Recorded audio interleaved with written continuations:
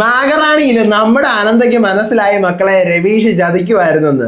മാത്രമല്ല രവീഷിന്റെ അടുത്ത് ആര്യവൻ പറയാണ്, രവീഷ് നീ അവളുടെ വയറ്റിൽ ഉണ്ടാക്കിയിട്ടുണ്ടെങ്കിൽ നീ അവളെ കെട്ടിയേ പറ്റത്തുള്ളൂ, ഇതിനകത്ത് വേറെ ഒരു തീരുമാനമില്ലെന്ന് രവീഷിനെ കാരണക്കൂറ്റി നോക്കി വരണം പൊട്ടിക്കാൻ പോവാണ് അനന്ത. എന്തായാലും രവീഷിന് ഇവളെ കെട്ടിയേ പറ്റുള്ളൂ, ഇമാതിരിയുള്ള ചീറ്റിംഗ് പരിപാടീസ് ഒന്നും നടക്കൂല, ഞാൻ ചേട്ടനൊക്കെ ശരിയാണ്, പക്ഷെ ഇതിന് ഞാൻ നിന്നെ സപ്പോർട്ട് ചെയ്യില്ലെന്ന് ആര്യവൻ പറയുന്നു. പക്ഷേ അച്ഛനായിട്ടുള്ള പരമീത് എന്ത് ചെയ്യുന്നു, നമ്മുടെ പൂർവിയും അനന്തയും കൊല്ലാനായിട്ട് ചെന്നായെ പറഞ്ഞു വിടുകയാണ്. ചെന്നായയുടെ കയ്യിൽ നിന്നും രക്ഷപ്പെട്ട് പൂർവി ഓടുകയാണ്. ഇനി നാളത്തെ എപ്പിസോഡാണ് അത്യുഗ്രൻ സാധനം വരാനിരിക്കുന്നത്. ഒരു പൊളപ്പൻ എപ്പിസോഡാണ് മക്കളെ. ഇനി അങ്ങോട്ട് പൊളിയാണ് നമ്മുടെ നാഗറാണി സീരിയലില്. കാരണം ഇനി പൂർവി നാഗറാണി ആവുന്നതും അതുപോലെ നാഗകന്യകി ആവുന്നതും ഫൈറ്റും ഒക്കെ ആയിട്ട് പൊളപ്പൻ എപ്പിസോഡുകളാണ് പൂർവിയുടെ പ്രതികാരത്തിന്റെ കഥ. അപ്പൊ ഇന്ന് ടി വിയിൽ മെയ് 8-ാം തീയതി വരാൻ പോകുന്ന എപ്പിസോഡ് 10-ന്റെ എക്സ്പ്ലനേഷനുമായിട്ടാണ് ഞാൻ വന്നിരിക്കുന്നത്, നാഗറാണി അഥവാ നാഗകന്യക 7-ന്റെ. So welcome back to Moonlight Media Max. I am Ansif. Video ആദ്യമായിട്ട് കാണുന്നവർ ചാനൽ സബ്സ്ക്രൈബ് ചെയ്യണം, ലൈക്ക് ചെയ്യണം, ഷെയർ ചെയ്യണം, നിങ്ങളുടെ അഭിപ്രായങ്ങൾ മസ്റ്റായിട്ട് താഴെ കമന്റ് ചെയ്യണം. ഇതുപോലത്തെ സീരിയലിന്റെ എക്സ്പ്ലനേഷനും റിവ്യൂസിനും ഒക്കെ ആയിട്ട് ഇപ്പം തന്നെ നമ്മുടെ FB പേജും ഇൻസ്റ്റാ പേജും മറക്കാണ്ട് ഫോളോയും ചെയ്യണം. വീഡിയോ ഹൈപ്പ് ചെയ്യാൻ മറന്നു പോകരുത്. അങ്ങനെ ഞാൻ കഴിഞ്ഞ എപ്പിസോഡിൽ പറഞ്ഞു നിർത്തിയത് എവിടെ വെച്ചിട്ടാണ്, നമ്മുടെ അനന്ത പൂർവിയെ കൂട്ടി എന്ത് ചെയ്യാണ്, രവീഷിന്റെ അടുത്ത് വാ നമുക്ക് ചോദിക്കാം എന്ന് പറഞ്ഞുകൊണ്ട് കൂട്ടിക്കൊണ്ട് പോവാണ്. എന്നിട്ട് അനന്ത നേരെ രവീഷിന്റെ അടുത്ത് പറയാണ്, രവീഷ് ഇപ്പൊ പൂർവി എൻ്റെ അടുത്ത് ഇങ്ങനെ ഒരു സംഭവം പറഞ്ഞു, പക്ഷെ അവർക്ക് തോന്നിയതായിരിക്കും അത്, നീ പറ അല്ലേ, നീ എന്നെ ചതിക്കൂലെന്ന് എനിക്കറിയാം, നീ നിന്നിപ്പോ വേറെ ഏതോ ഒരു പെൺകുട്ടിയുടെ കൂടെ കണ്ടെന്നോ കിസ് ചെയ്തെന്നൊക്കെ പറയാം, അതൊക്കെ തോന്നിയതല്ലേ, പറ. ഞാൻ പറഞ്ഞില്ലേ പൂർവി, അവൻ എന്നെ ചതിക്കത്തൊന്നുമില്ല. അപ്പൊ രവീഷ്, അതെ പൂർവി പറഞ്ഞത് ശരിയാണ്, നിന്നെ എനിക്ക് ഇഷ്ടമായിരുന്നു, പക്ഷെ ഈ ഭാര്യ കീരിയ മറ്റത് മറിച്ചത് അതൊന്നും എനിക്ക് സെറ്റ് ആവൂല, എനിക്ക് നിന്റെ കമ്പനി ഇഷ്ടമായിരുന്നു. അപ്പം നീ എന്നെ ചതിച്ചു അല്ലേടാ എന്ന് പറഞ്ഞ അനന്ത ഞെട്ടുന്നുണ്ട് നേരത്ത്. നീ എന്നെ ചതിച്ചു അല്ലേ എന്ന് പറഞ്ഞ അവന്റെ കാരണക്കുറ്റി നോക്കി അടിക്കാൻ ഇങ്ങനെ കൈ ഓങ്ങി ഇങ്ങനെ കാരണം എത്താറാകുമ്പോഴത്തേക്കും ആര്യമൻ കൈ തടുക്കുകയാണ്. എൻ്റെ അനിയനെ അടിക്കാൻ നീ ആരടി എന്ന് ചോദിക്കുകയാണ്. അപ്പോഴത്തേക്കും അനന്ത മൊത്തം അങ്ങോട്ട് പറയുന്നു, അതായത് സാർ ഞാനും രവീഷും തമ്മിൽ ഇഷ്ടത്തിലായിരുന്നു, രവീഷ് എന്നെ ഇപ്പോൾ പ്രഗ്നന്റ് ആക്കിയിട്ട് എന്നെ ഉപേക്ഷിക്കുകയാണ്, വേറൊരു പെൺകുട്ടിയായിട്ട് പിന്നെ അഫെയർ ഉണ്ട് എന്നെല്ലാം പറയുകയാണ്. അപ്പോൾ ആര്യമിൻ ഇത് കേട്ടോടെ നേരെ അനിയന്റെ കഴുത്തിന്, സത്യമാണോടാ, സത്യമാണോ ചേട്ടാ, സത്യമല്ലേ ചേട്ടാ, ഇവൾ എന്തിനാ വിശ്വസിക്കുന്നത്, ഇവള് കള്ളോ പറയുന്നത്, ഇവള് കള്ളം പറയുന്നോ, 4 വർഷമായിട്ട് നമ്മുടെ കമ്പനിയിൽ ജോലി ചെയ്യുന്നവളാണ് ഇവൾ, എന്നിട്ട് ഇവള് കള്ളം പറയുന്നത് നിനക്ക് എങ്ങനെ പറയാൻ തോന്നിയാണ്, അത് ഇവള് കള്ളം പറയത്തില്ല, ഇങ്ങനത്തെ ഒരു കാര്യം ഏതെങ്കിലും ഒരു പെണ്ണ് കള്ളം പറയോ ചേട്ടാ, ചേട്ടന്റെ പെണ്ണുങ്ങളെ വിശ്വാസമല്ലല്ലോ, അതെ അതൊക്കെ ശരിയാ, പക്ഷെ ഇവളെ എനിക്കറിയാം, അവൾ അങ്ങനെ ചെയ്യുന്നവളല്ല എന്ന് പറഞ്ഞ് രവീഷിന്റെ കഴുത്തിന് കയറി പിടിക്കുകയാണ്. ഞാൻ അങ്ങനെ ചെയ്തിട്ടില്ല. അപ്പോൾ നീ അങ്ങനെ ചെയ്തിട്ടുണ്ടെങ്കിൽ നീ അവളെ വിവാഹം കഴിച്ചേ പറ്റത്തുള്ളൂ. അപ്പൊ പൂർവി, സാർ ഞാൻ കണ്ടതാ സാർ, പാർട്ടിയിൽ ഒരു പെണ്ണിന്റെ കൂടെ ഉമ്മ കൊടുക്കുന്നത് ഞാൻ കണ്ടതാ സാർ. അപ്പൊ ആരും പറയാണ് ഇതിനകത്ത് ഇനി വേറെ ഒരു തീരുമാനവും ഇല്ല, നീ എന്ത് ചെയ്യണം, അവളെ കല്യാണം കഴിച്ചേ പറ്റത്തുള്ളൂ, വേറെ ഒരു തീരുമാനവും ഇല്ല എന്ന് പറഞ്ഞ് വഴക്ക് കൂടി നിൽക്കുകയാണ്.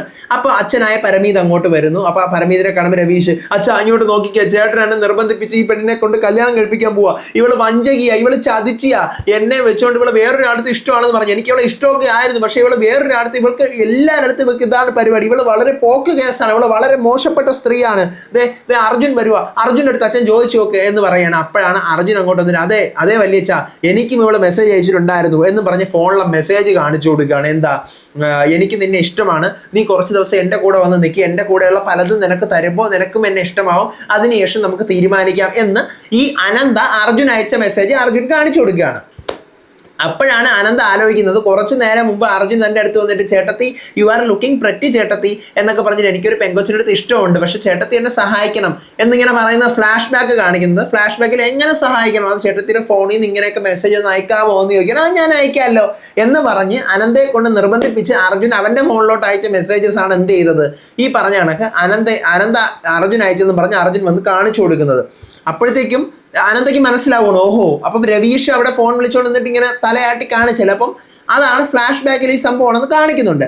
അപ്പോഴാണ് അനന്ത പറയുന്നത്, സാർ ഇവൻ എന്നെ കൊണ്ട് മനഃപൂർവ്വം അയപ്പിച്ചതാണ്, ഇവനാണ് എന്നെ നശിപ്പിച്ചത്, അതേ സാർ, എൻ്റെ ചേച്ചിയെ ഇവരെല്ലാവരും കൂടി ചതിക്കുകയാണ് സാർ എന്ന് പറഞ്ഞ് പൂർവ്വി സംസാരിക്കണം. അപ്പൊ പരമീത്, മിണ്ടിപ്പോവരുത്, എല്ലാം ഇവിടെ നിറങ്ങി പൊയ്ക്കോണം, നീ നമ്മുടെ ഓഫീസിലെ സ്റ്റൈലിസ്റ്റ് ആയിരിക്കും, എന്തോ ആയിരിക്കട്ടെ, നിന്റെ സ്വഭാവം ശരിയല്ല, നീ നല്ലവളായിരുന്നെങ്കിൽ എൻ്റെ മോനെ കൊണ്ട് ഞാൻ കെട്ടിച്ചാണ്, പക്ഷെ നീ ഒരു പോക്ക് കേസാണ്, അതുകൊണ്ട് നിന്നെ കൊണ്ട് കെട്ടിക്കത്തില്ല, അപ്പം തെറ്റ് പറ്റിയത് നമുക്കാണ് എന്നിങ്ങനെ പറയുമ്പോഴത്തേക്ക് അനന്ത പറഞ്ഞു, ഇല്ല തെറ്റ് പറ്റി എനിക്കാണ്, നിങ്ങളുടെ മകൻ്റെ കുഞ്ഞ് എൻ്റെ വയറ്റിലാണ് ആയിരിക്കുന്നത്, അപ്പം തെറ്റ് പറ്റി എവിടെ എനിക്കാണ്, എൻ്റെ ഭാഗത്താണ് തെറ്റ് വന്നിരിക്കുന്നത്, എനിക്കാണ് നിങ്ങളെല്ലാവരോടും തെറ്റ് പറഞ്ഞത്, ഞാനല്ല തെറ്റുകാരി. അപ്പം പരമീത് പറയണം, നീ കൂടുതൽ അലക്കാതെ ഇറങ്ങിപ്പോവേണ്ട, ഇല്ലെങ്കിൽ നിന്റെ പേര് ഞാൻ ഹറാസ്മെന്റിന് കേസ് കൊടുക്കും.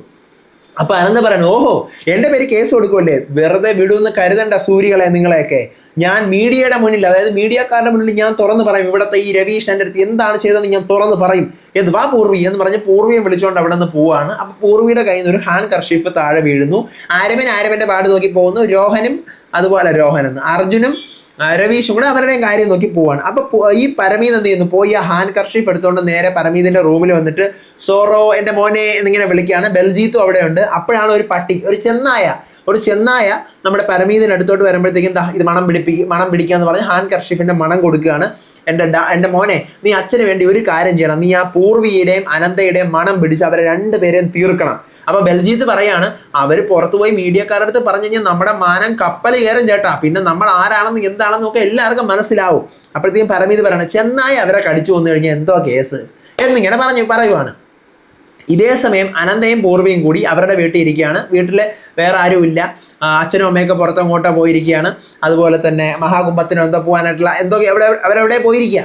അപ്പൊ രോഹനുണ്ട് അപ്പുറത്തെ മുറിയിൽ. അപ്പൊ അനന്ത ഇരുന്ന് കരയണം. ചേച്ചി സമാധാനിക്ക്, ഇല്ല പൂർവി, ഞാൻ അവനെ വെറുതെ വിടില്ല, എന്നെയും എൻ്റെ വയറ്റിൽ കിടക്കുന്ന കുഞ്ഞിനോടും അവൻ കാണിച്ചാലും ഞാൻ അവനെ വെറുതെ വിടാൻ പോകുന്നില്ല, എനിക്കിനി നീ പറഞ്ഞതൊക്കെ ഞാൻ കേൾക്കണോ, എനിക്കിപ്പോൾ എല്ലാം മനസ്സിലായി എന്നെല്ലാം ഈ അനന്ത പറഞ്ഞുകൊണ്ടിരിക്കുകയാണ്. അപ്പോഴും ചെന്നായി മണം പിടിച്ച് അനന്തയുടെയും പൂർവിയുടെയും വീടിന്റെ ഫ്രണ്ടിൽ എത്തുമ്പോൾ നമ്മുടെ രോഹൻ റൂമിലിരുന്ന് പുറത്തൊരു പട്ടി നിൽക്കുന്നത് കാണുകയാണ്. ഈ ചെന്നായെ കാണുവാണ്. അപ്പോൾ അയ്യോ എന്ത് നല്ല റോയൽ ഡോഗ്, ഇതിന് ഫുഡ് കൊടുക്കാം എന്ന് പറഞ്ഞ് നേരെ പോയിട്ട് അനന്ത ചേച്ചി വാതിൽ തുറന്നേ എന്ന് പറഞ്ഞ് തട്ടി വിളിക്കണം. അപ്പോൾ പൂർവി പെട്ടെന്ന് അനന്ത കരഞ്ഞുകൊണ്ടിരിക്കുകയാണ്. അനന്തയുടെ കണ്ണൊക്കെ തുറച്ചിട്ട് വാതിൽ പതിയെ തുറക്കുമ്പോൾ ചേച്ചി ഒരു പട്ടി നിൽക്കുന്നു, ഞാൻ പാല് റൊട്ടി കൊടുക്കുക, നീ എന്തോ കൊടുക്കുക എന്ന് പറഞ്ഞ് പെട്ടെന്ന് പൂർവി വാതിൽ അടയ്ക്കുവാണ്. അങ്ങനെ ഈ രോഹൻ, അനന്തയുടെ സഹോദരൻ രോഹൻ എന്ത് ചെയ്യുന്നു, ഈ പട്ടിക്ക് ആഹാരം കൊണ്ട് പോയിട്ട് എന്ന് പറഞ്ഞ് വിളിക്കുമ്പോഴാണ് അടുത്തോട്ട് വരുമ്പോഴത്തേക്ക് ഇത് ചെന്നായ അപ്പോൾ ഫുഡ് കഴിക്കുന്നില്ല, ഇവനെ ഉപദ്രവിക്കാനുണ്ട്. ഇവനെങ്ങനെ ലക്ഷ്യം വെച്ച് വരുമ്പോഴത്തേക്ക് ഇവനിങ്ങനെ പെട്ടെന്ന് ഓടി മാറുമ്പോഴത്തേക്ക് ഇവന്റെ മണ്ടയിലോട്ട് ചെന്നായ എടുത്ത് ചാടുകയാണ്. ഇവനെ അടിച്ച് മാറ്റുന്നുണ്ട്. ഇവന്റെ പുറകെ തന്നെ ഇവനെ വീണ്ടും ഫോളോ ചെയ്യുന്നു. ഇവൻ അവിടെ കിടന്ന് കരഞ്ഞ് വിളിക്കുകയാണ്, പൂർവി അനന്ത ചേച്ചി എന്ന് പറഞ്ഞ് കിടന്ന് വിളിച്ച് അവർ രണ്ടുപേരോട് ഇറങ്ങി വരുന്നു. പൂർവി അനന്ത ചേച്ചി, ഇത് സാധാ പട്ടിയല്ല, ഇത് ചെന്നായിയാണ്, ഓടിക്കോ ചെന്നായിയാണ് എന്ന് പറയുന്നു. അപ്പൊ അവരങ്ങോട്ട് വരുമ്പം ഇതിന്റെ മണം പിടിച്ച് എന്ത് ചെയ്യുന്നു, നേരെ പട്ടി അവരുടെ നേരോട്ട് ഈ ചെന്നായ അങ്ങോട്ട് പോകാനായിട്ട് തുടങ്ങുകയാണ്. അപ്പൊ പൂർവി നീ ഓടിക്കോ എന്ന് അനന്ത പറയുന്നു. അനന്തയും പൂർവിയും കൂടെ റോട്ടിൽ കൂടെ മാക്ക് ഓടുന്ന വഴിയിൽ എന്ത് ചെയ്യുന്നു, ഈ അനന്ത ടാപ്പേ എന്ന് പറഞ്ഞാൽ തേങ്ങ വെട്ടിയിട്ടാണ് അനന്ത മറിഞ്ഞ് റോട്ടെ വീഴുവാണ്. ശരിക്കും പറഞ്ഞു കഴിഞ്ഞാൽ അങ്ങനെ ഒരു വീഴ്ച വീഴുമ്പോൾ കുഞ്ഞ് പോകാനുള്ളതാണ്, പക്ഷെ ഇതിനകത്ത് പോകില്ല. അതൊക്കെയാണ് ട്വിസ്റ്റ്. അപ്പം അനന്ത മൂട്ടി വീഴുന്നു. അപ്പൊ പൂർവി, അയ്യോ ചേച്ചി വീണല്ലോ, ഈ ചെന്നായം വരുന്നു, ഈ ചെന്നായയുടെ ശ്രദ്ധ മാറ്റാൻ ഞാനിപ്പോൾ ഓടിയേ പറ്റത്തുള്ളൂ, അപ്പൊ എന്റെ പിറകെ ഇത് വരും, അപ്പൊ ചേച്ചി രക്ഷപ്പെടും എന്നും പറഞ്ഞ് പൂർവി എന്ത് ചെയ്യുന്നു, ഓടുന്നു. പൂർവിയുടെ പിറകെ ചെന്നായ ഇങ്ങനെ ഓടിക്കൊണ്ടിരിക്കുകയാണ്. പ്രകൃതിക്ഷോഭം, ഭയങ്കരമായ കൊടുങ്കാറ്റ്, അന്തരീക്ഷം മൊത്തം പുകപടലം, ആകെ പ്രശ്നം. അപ്പോൾ ഉത്തരാമ്മയും ഭരണിയും കൂടെ ടെമ്പിളിൽ നിൽക്കുകയാണ്, അമ്പലത്തിൽ നിൽക്കുകയാണ്. അപ്പോൾ ഉത്തരാമ്മ പറയുന്നത്, എന്താണ്, എന്തൊക്കെ ഒരു പ്രശ്നം ഉണ്ടല്ലോ, മഹാറാണിയുടെ ആദ്യത്തെ പടം പൊഴിഞ്ഞിട്ട് 24 മണിക്കൂർ പോലും ആയില്ല, അതിനു മുന്നേ പരീക്ഷണം തുടങ്ങിയോ, എന്താണ് ഇവിടെ നടക്കുന്നത് എന്ന് പറഞ്ഞ് അവരിങ്ങനെ ചിന്തിച്ച് നിൽക്കുകയാണ്. ഇവിടെ വെച്ചാണ് ഇന്നത്തെ എപ്പിസോഡ് അവസാനിക്കുന്നത്.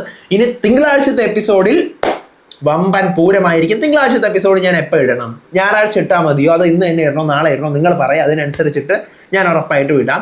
അപ്പോൾ അടുത്ത വീഡിയോ ആയിട്ട് വരാം, വിശേഷമായിട്ട് വരാം. എക്സ്പ്ലനേഷൻ ഇഷ്ടപ്പെട്ടാൽ മസ്റ്റായിട്ട് ചാനൽ സബ്സ്ക്രൈബ് ചെയ്യണം, വീഡിയോ ലൈക്ക് ചെയ്യണം, ഷെയർ ചെയ്യണം, നിങ്ങളുടെ ഒപ്പീനിയൻസ് താഴെ കമന്റ് ചെയ്യണം. അടുത്ത വീഡിയോ ആയിട്ട് വരുന്നവർ, അടുത്ത വിശേഷമായിട്ട് വരുന്നവർ, റിവ്യൂ ആയിട്ട് വരുന്നവർ, എക്സ്പ്ലനേഷൻ ആയിട്ട് വരുന്നവർ, ഏവർക്കും ബൈ.